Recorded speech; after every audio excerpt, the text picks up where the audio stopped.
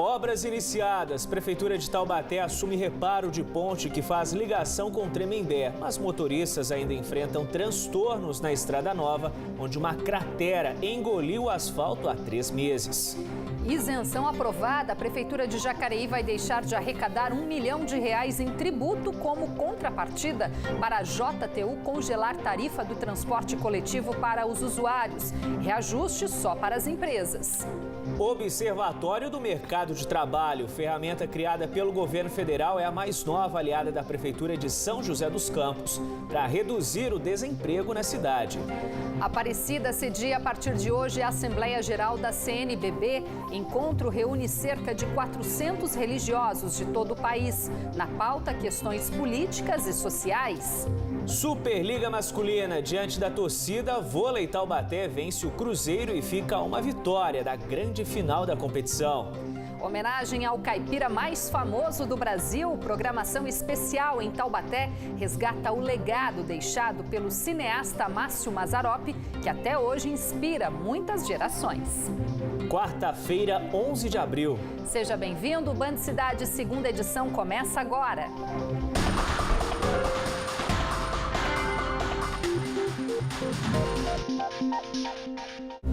Olá, boa noite. Boa noite para você. Quem passa pela rodovia Luiz Gonzaga das Neves, a Estrada Nova, principal ligação entre Taubaté e Tremembé, enfrenta 2 problemas. Uma ponte na divisa dos municípios foi alvo de uma queda de braço entre as 2 prefeituras. Depois de muito impasse, os taubatianos assumiram a obra de recuperação do local, danificado pelas chuvas. Mas esse não é o único problema que o motorista enfrenta na Estrada Nova, não, viu? Uma cratera na pista do lado de Tremembé também tem causado problemas no trânsito. As obras já começaram na ponte que liga Taubaté a Tremembé pela Estrada Nova, Luiz Gonzaga das Neves, mas em ritmo lento. A gente quer que agilize o máximo, terminar em poucos dias isso, colocar a coisa para funcionar. A interdição já dura mais de 1 mês, quando parte da ponte cedeu com as chuvas de verão. Em março, a reportagem do Band Cidade já havia registrado o transtorno no trânsito. Caminhão, moto, carro, todos ignoravam a interdição e entravam na contramão. De volta ao local, o desrespeito continua. A obra de restauração da ala da cabeceira da ponte que interliga os municípios de Taubaté e Tremembé vai custar R$100 mil. E quem assumiu foi a Prefeitura de Taubaté. Por força de uma lei estadual, ela foi transferida para Tremembé. Então, na realidade, a responsabilidade seria de Tremembé. Assim que houve o rompimento da ala de cabeceira, a gente fez contato com a Prefeitura de Tremembé. Eles têm uma dificuldade muito grande para executar esse trabalho. Então, a Prefeitura de Taubaté assumiu isso e a obra, felizmente, está em andamento.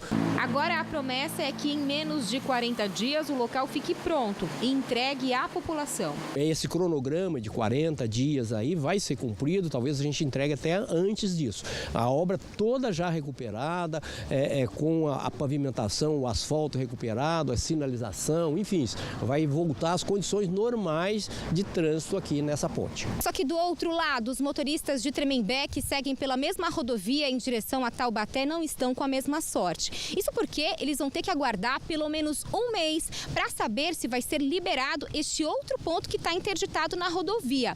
Afinal, olha só o tamanho do problema que continua por aqui. Desde janeiro, esta cratera ocupa parte do asfalto no sentido Taubaté na Estrada Nova. A prefeitura diz que a causa da queda foram os tubos de 1 metro de diâmetro, insuficientes para vazar o volume de água. Resultado foi que a tubulação enferrujou e acabou cedendo. Com a interdição, os motoristas que saem da cidade rumo a Taubaté seguem no desvio. Daí tem que dar a volta pelo quarteirão inteiro. Isso aqui faz desde o ano, no começo do ano que tá interditado isso aí. Tem que sair mais cedo de casa, você tem que estar cortando o caminho. E para você atravessar aqui também é um perigo, que o carro tá vindo para cá, às vezes não respeita a gente, por causa de ser bicicleta. Agora, a Prefeitura de Tremembé assinou um acordo com o DAEE, Departamento de Água e Energia Elétrica do Estado, para resolver o problema. Em março, a administração municipal afirma que um projeto foi feito para a realização da obra e um convênio assinado no valor de R$ 331.316.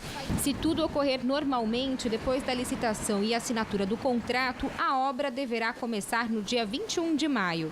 Prazo de 60 dias para a conclusão. Que o prefeito fala que está sem verba, não sei, e o imposto. A gente espera um retorno, né? Quanto mais rápido, melhor para a população. A Câmara de Jacareí aprovou hoje a isenção do ISS-QN, tributo que incide sobre a prestação de serviços para a JTU, empresa que opera o transporte coletivo na cidade. O benefício concedido até dezembro é a contrapartida oferecida pela Prefeitura para congelar o preço da tarifa para os usuários e aplicar o reajuste apenas para as empresas, que passam a pagar a tarifa de R$ 4,70. A isenção vai representar R$ 1 milhão em renúncia fiscal aos cofres públicos.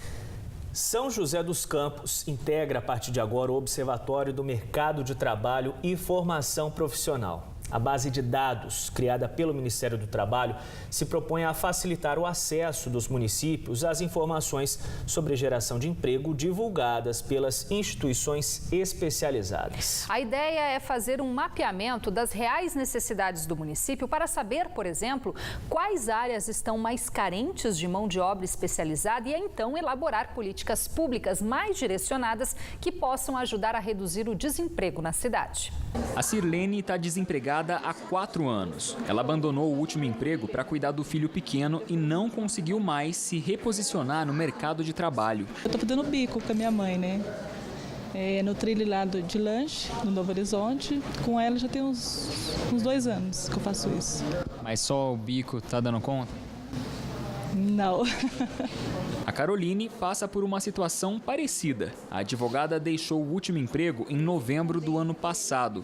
Desde então, está à procura de uma nova oportunidade, mesmo que em outra área. O emprego pode ser na área administrativa, o que eu conseguir, né? Eu não quero não ficar em casa, não trabalhar, né? Eu preciso trabalhar e não tá fácil, né? Hoje em dia, então eu quero trabalhar. A mesma dificuldade das moradoras de São José dos Campos para retornar ao mercado de trabalho é compartilhada por 12.700.000 pessoas em todo o país. Em 2018, a taxa de desemprego, que vinha recuando, voltou a crescer. Atingiu 12,3% no trimestre encerrado em janeiro.